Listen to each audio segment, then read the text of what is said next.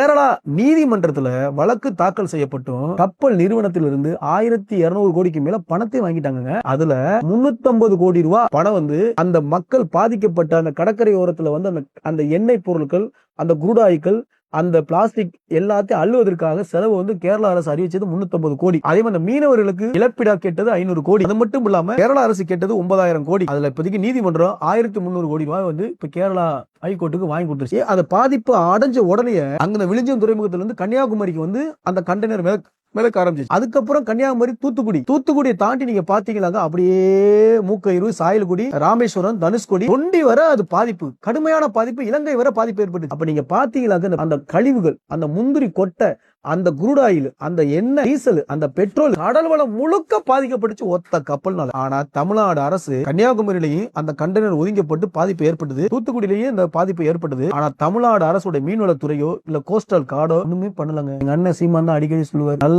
ஆத்தாளுக்கு அப்பனுக்கு பிறந்தவன் கேரளாவை ஆள்றான், உடனே தேசிய பேரிடர் மேலாண்மையை அறிவிச்சிருக்கான். அறிவிச்சது மட்டும் இல்லாம அந்த நிறுவனத்தை கைப்பற்றி அந்த கப்பலை கையகப்படுத்தி வழக்கு தொடுத்து அது சம்பந்தமா நாங்க ரெடி பண்ணிக்கிட்டு இருக்கோம். விரைவில் அந்த வழக்கு நாங்க தாக்கல் பண்ணுவோம். ஆனா மாவட்ட நிர்வாகம், தமிழ்நாடு அரசு கடல்ல என்ன நடந்தாலும் பரவாயில்ல, எவன் வேணாலும் குப்பையை கூட்டிட்டு போலாம், கடல் தான்டா நம்முடைய இதயம், கடல் தான் நம்முடைய நுரையீரல் பாதிப்படைஞ்சிச்சுனாக்கு இங்க ஒண்ணுமே செய்ய முடியாது.